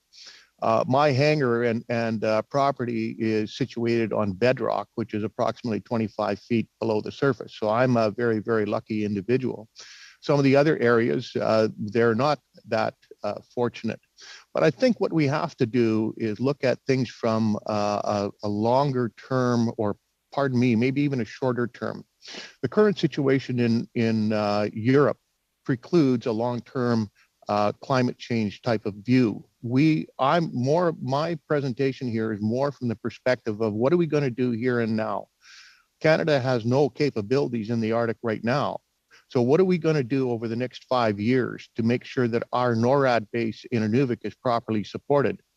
While it is good to talk about long-term construction and the impacts, our game should be right now looking at how do we protect the country? Because if we can't protect our own country, what country do we have? Just very quickly, certainly we invest in a company called Nunavut Construction Corp. So in terms of its planning, it has to take into account the impact of climate change. We're trying to make our houses much more energy efficient so that we're actually not wasting any energy. One of the things I think is really interesting, now think about the fact that when you talk about Inuit Nunavut, 53 communities, 52 are on diesel. We see a huge priority on the part of getting off diesel, moving towards net zero, on the part of not only this government, this country, but around the world. And ironically enough, one of the biggest pieces of military infrastructure being the North Warning System, all their sites are run on diesel. We think there's a great opportunity there because in Nunavut right now, very little is actually being utilized. Very little is being able to, we're not able to realize on the renewable energy piece at this point. I think there's a great opportunity to see what we can do to incorporate renewable energy into some of these sites, certainly as a part of NORAD modernization. Any learnings from that could actually be extended to have a positive impact on community as well. I wanted to follow up. We heard from a previous witness. He referred to smart investments in terms of how the government does business with First Nations-led or Inuit-led companies, and that idea. Often governments get the idea of consultation wrong, right? That it's top down instead of being grassroots. Can you just talk about obviously the importance of seeing that Inuit-led on the ground for the Arctic in terms of how we're moving forward. But have you had any challenges in terms of that idea? I mean, from a D&D perspective, it's very much what what they need and how it then benefits the community instead of the opposite. It's a great question. I think it's actually starting to happen now, and I represent an Indigenous business, right? So I'm not here representing a political body, political entity, so I don't know exactly what is happening in that regard. But we've certainly had some touch points with Department of National Defense. I think in some instances, I think they have a perception, neither positive or negative, but a certain perception of what is the capacity of Indigenous businesses, or in my case, Inuit businesses, that, we do this type of industry, primarily, in construction and so on. And they may not necessarily consider what some of the other opportunities would actually be as it comes out of NORAD modernization. And so that part of the consultation could be missed for us. So I think for us, we're very open and innovative when it comes to how do we get involved in economic opportunities and how do we ensure that is communicated effectively to the Government of Canada. Ms. Masson, colleagues, we have a hard stop at 1. If we allow 5 minutes for the discussion of the motions, which will be a very quick discussion, basically we have a 3-minute round. So 3 minutes it is. Ms. Gallant, 3 minutes. Thank you. And my question is to Mr. Klepatik. What role will ILS fill with respect to our expanded early warning system and in our modernized NORAD? We would hope to be able to provide the leading edge of defense. The expanded NORAD capabilities is one thing, but we still need the fighter jets. We still need the infrastructure on the leading edge in order to handle and support all this equipment. And right now, we don't have it. So this is one of the things that people fail to realize. We can have all the radar, we can have everything we want. And a good example is the satellite download sites in Nunavut. There are two. One is private, one's government. But both download information off the polar orbit satellites. So here we are using satellites, speed of sound or speed of light, equipment, and yet we still need boots on the ground in the Arctic. No different on defense. We need hangarage, we need fuel, we need runways, we need everything that is needed down south. And to be very blunt, most of the bases, air bases down south, are nothing more than training bases and hangarage maintenance bases. So we have no capability of hangaring the MRT, the A330 in Inuvik, yet we will have that same capability in Trenton. But Trenton is 5.5 hours from Inuvik. So we have to have that infrastructure in the Arctic. And then again, that opens up opportunities and business opportunities for other people, because on the Inuvik Airport, for an example, we don't have any municipal water. We have to have everything hauled in and hauled out. So that's a business opportunity for somebody else. We don't have many of the things that you would associate with a southern airport. Have you or anyone that you deal with up there observed the presence of Chinese people, the government trying to purchase real estate or doing anything else that just seems out of order? Yes. Can you expand upon it? Sure. You can ask Senator Don Anderson. The Chinese were up and looked at the infrastructure and the marine infrastructure in Tuktoyaktuk.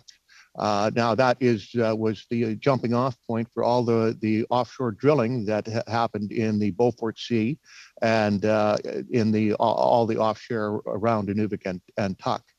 We had the Russians fly across the Arctic with private airplanes. Called them amphib aircraft, land on the runway and on water. And they happen to follow the North Warning System. We've had Chinese from the Chinese embassy in Ottawa come through Inuvik, and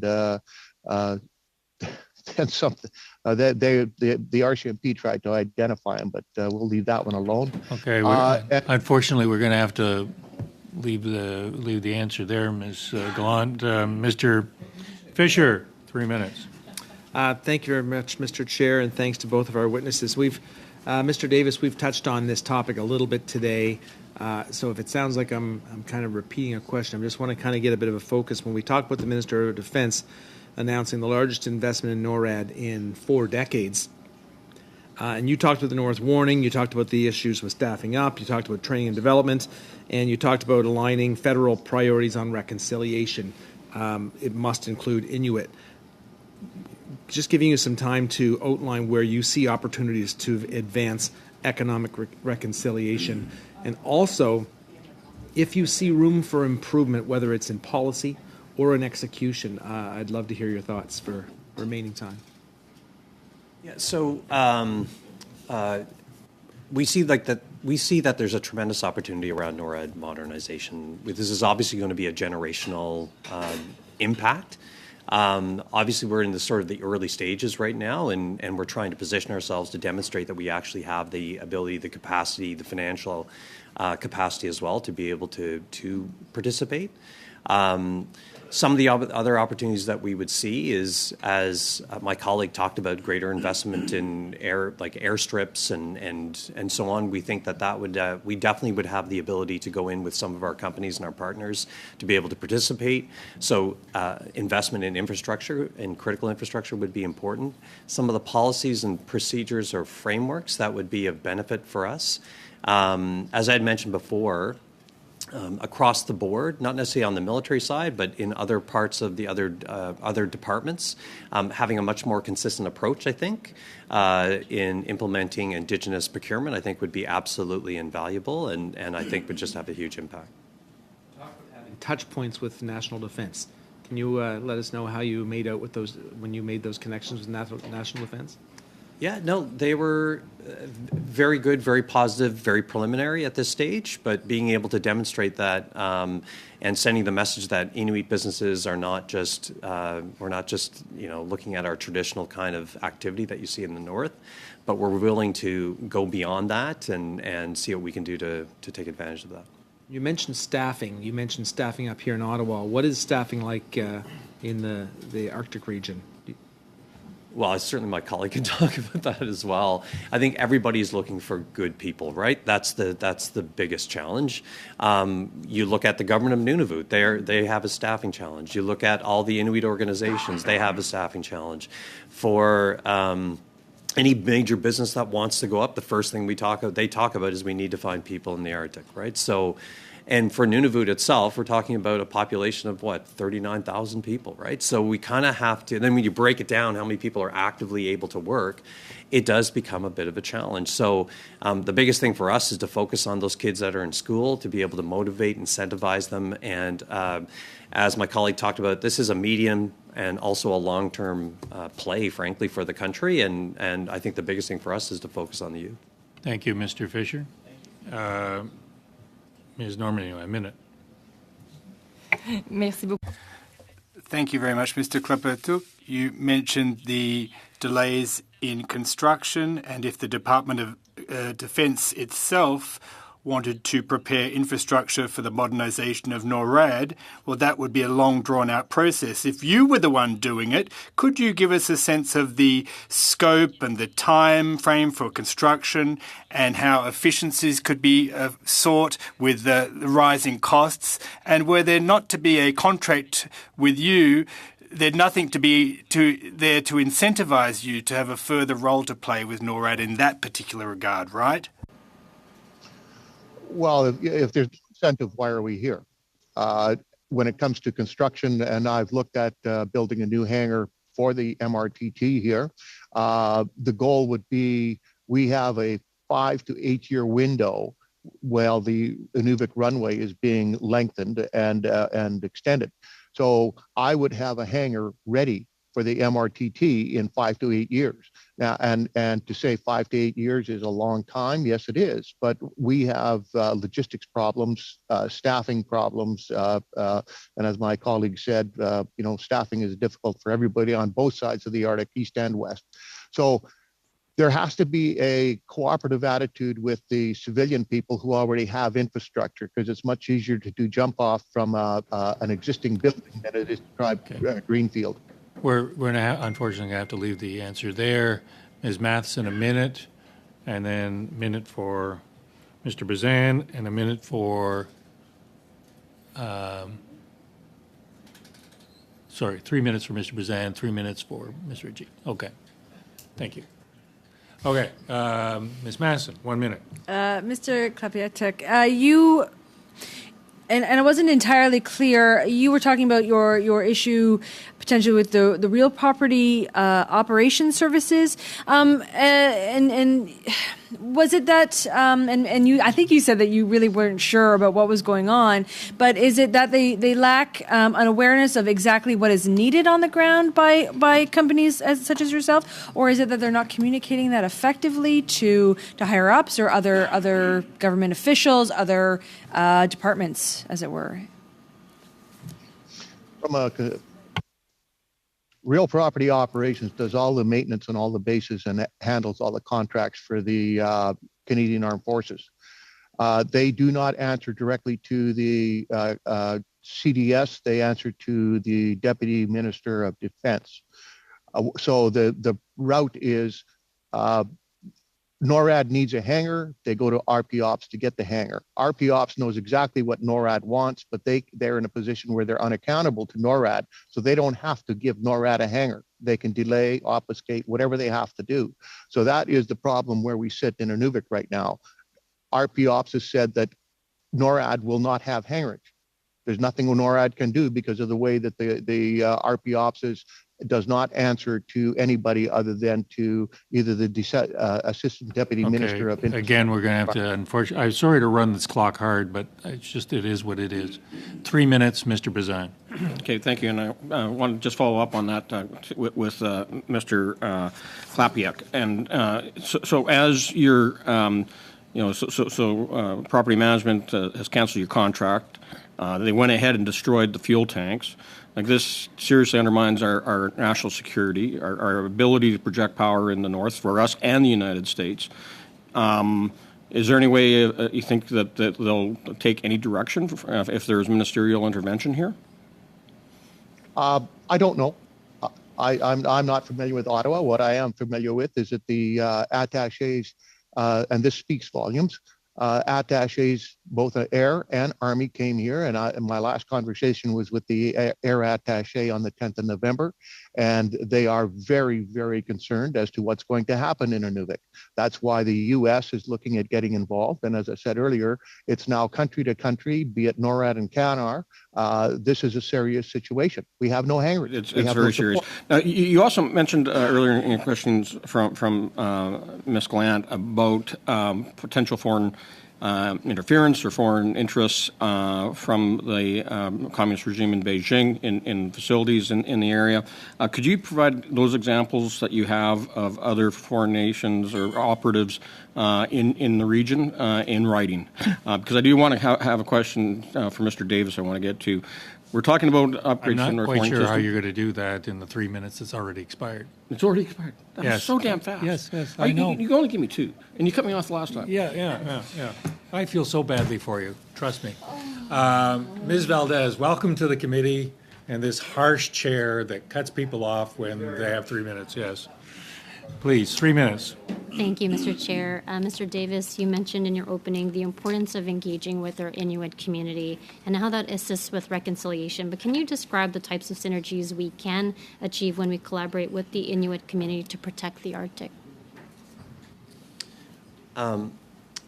Some of the synergy I think that we can actually identify is having a better understanding and realization of what our capacity as Inuit development corporations can actually do, right?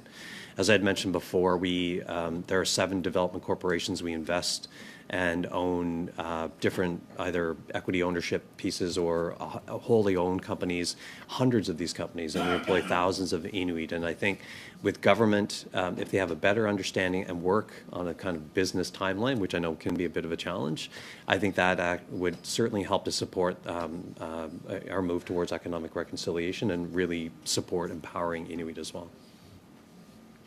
For the completed or ongoing projects, can you share what you've learned with us in this committee so we can invest in the right areas? Sorry, for the ongoing projects on the military side of things? That's right, yeah. So we help to maintain and operate sort of the North Warning System contract. As I said earlier, I think there's a great opportunity for us to see what we can do to utilize renewable energy for some of these sites, to see if there's any learnings that can happen with communities.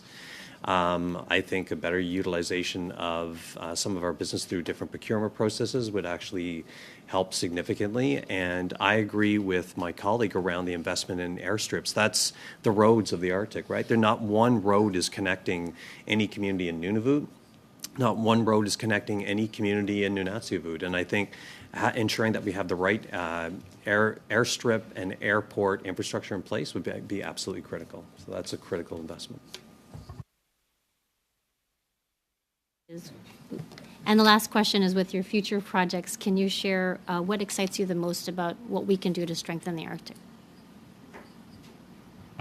I think it's, for me, I think there's, as I said, trying to utilize renewable energy. I think what we can do to strengthen the Arctic is to try and identify the Arctic as a great place for investment for the private sector. My colleague had talked about, some of these companies that come in and just stay for a short period of time. One of the few things that we actually see are any private sector investment, like actual financial capital going in through different forms of infrastructure investment like P3s and so on. I think we have to utilize that and demonstrate that our Arctic is a really good place to invest and hopefully will result in a greater, more sustainable build out of the Arctic. Thank you. Ms. Valdez, and on behalf of the committee, I want to thank both of you for your time. I must admit, Mr. Klapchuk, I've never had a witness come before a House of Commons committee from a hangar, but you're a first, and it is well done. Yeah. Especially the Western Arctic. Sure. Yeah. So thank you both. Suspend for a second while we release the witnesses. So we suspended and we're back on. James, don't wander away. James, don't wander away. We're on? All right. Yes. Fantastic. Okay. Both motions stand in your name. And I see Mr. May's hand. But before I do that, I think the order in which we should deal with the motions is, first of all, with the Auditor General motion. Do we all have a clear understanding of what's on the table with the Auditor General's motion? With that, I will open it up to Mr. May, who I assume wants to speak to that particular motion. Yes, thank you, Mr. Chair. And I think we would support the motion. I don't think we need a vote on that, to be honest.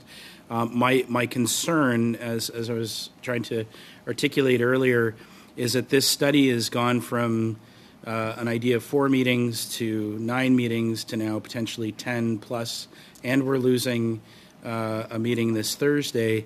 I'd like to seek some collaboration on potentially combining 7 and 8, which would be, we actually have requested the CAF appear, or the department appear before us 3 times on this study, which seems excessive considering it's the same witnesses in many cases.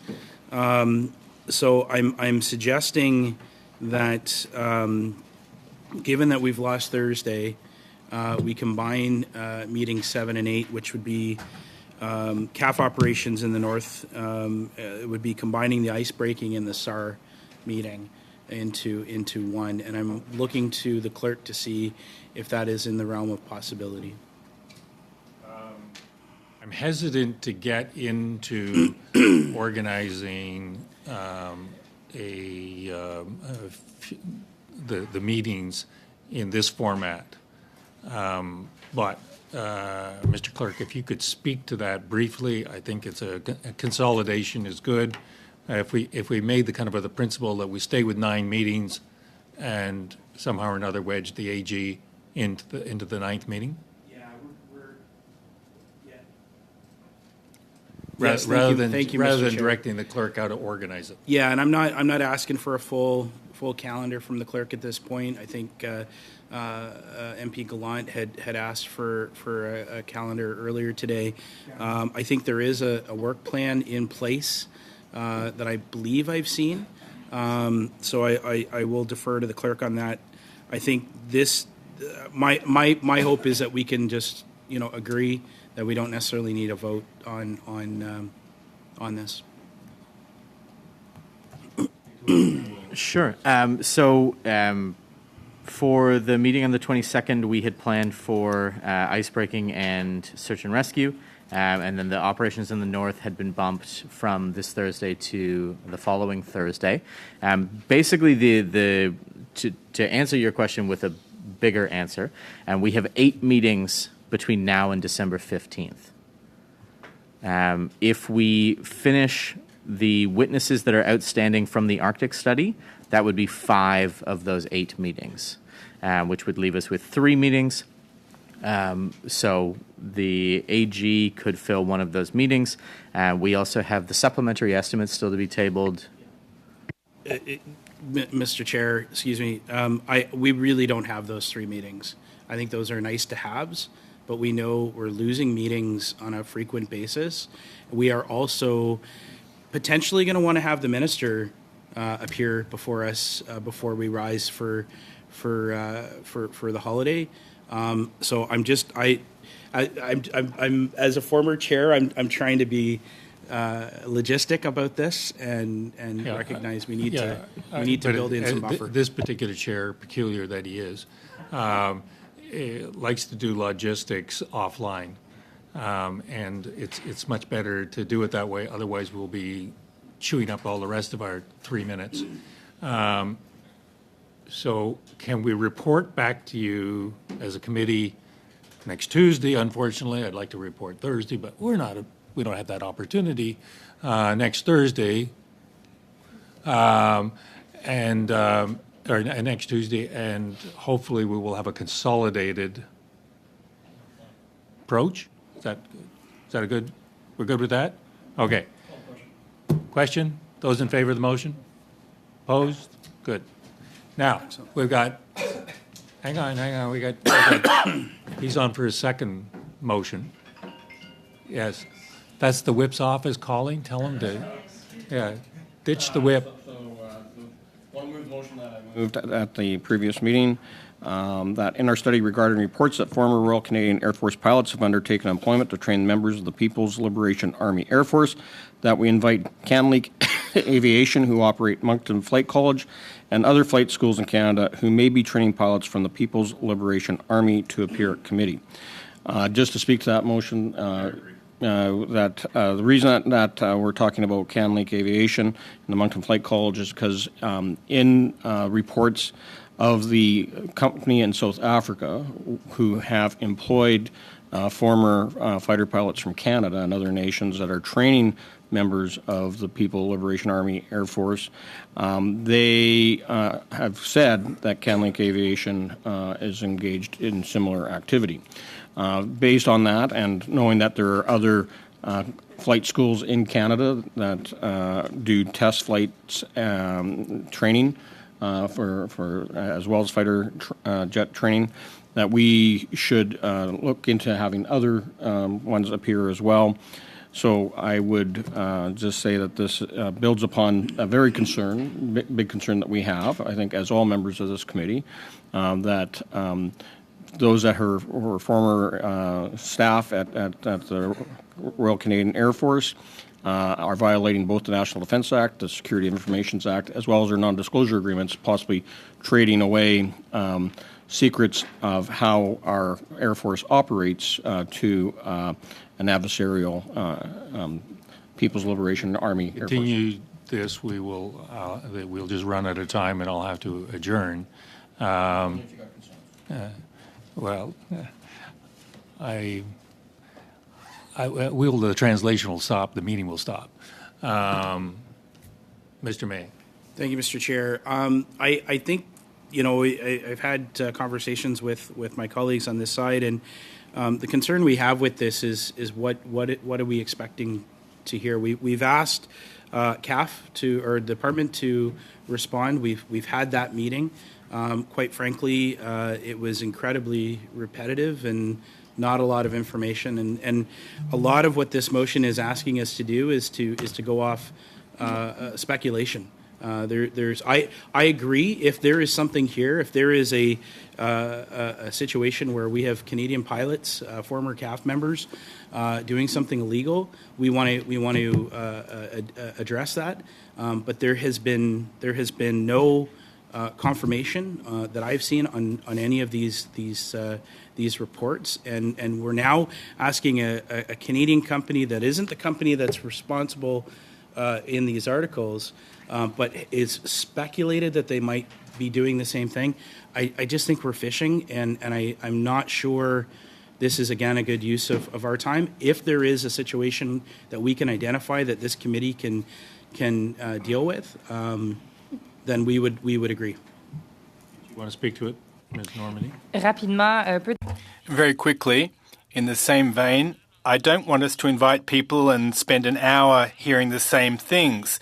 Before we vote on the addition of a new meeting, could we instruct the clerk to communicate with Canleak to discuss whether they wish to come? That would be a good first step. Perhaps they don't want to come, but before voting on the addition of a meeting, at least the committee should send out the invitation. Would that make sense?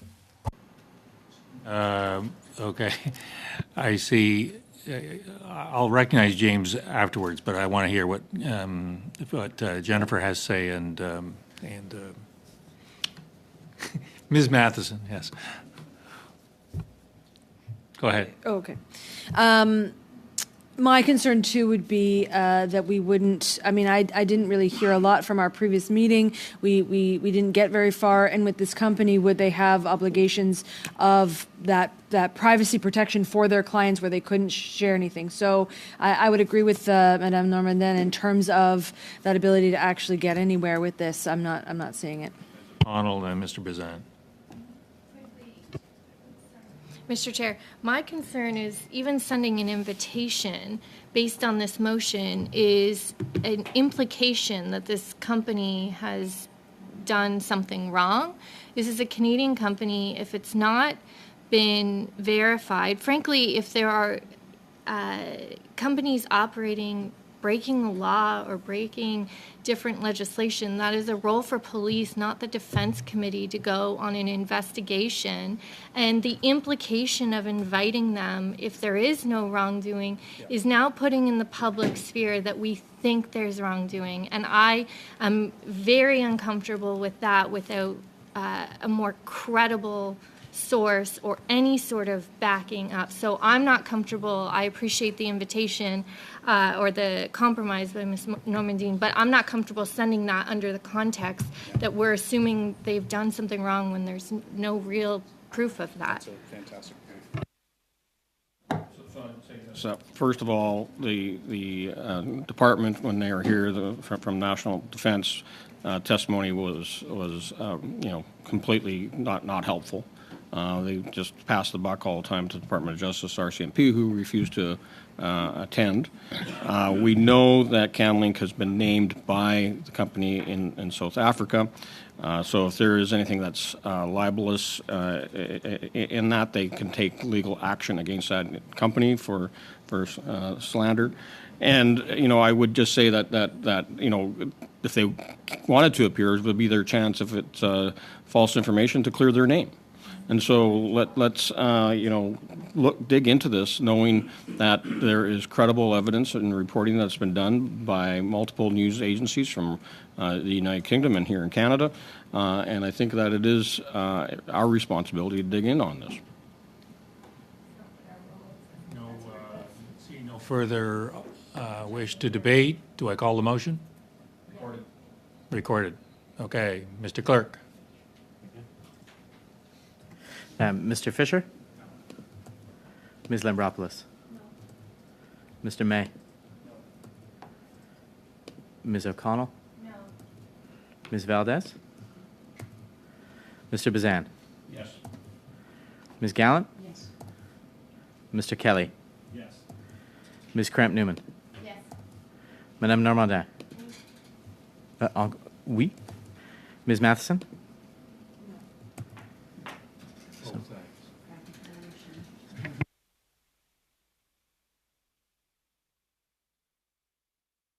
A miscount and thinking I was stuck with this thing. Good. With that, the meeting is adjourned. Thank you very much.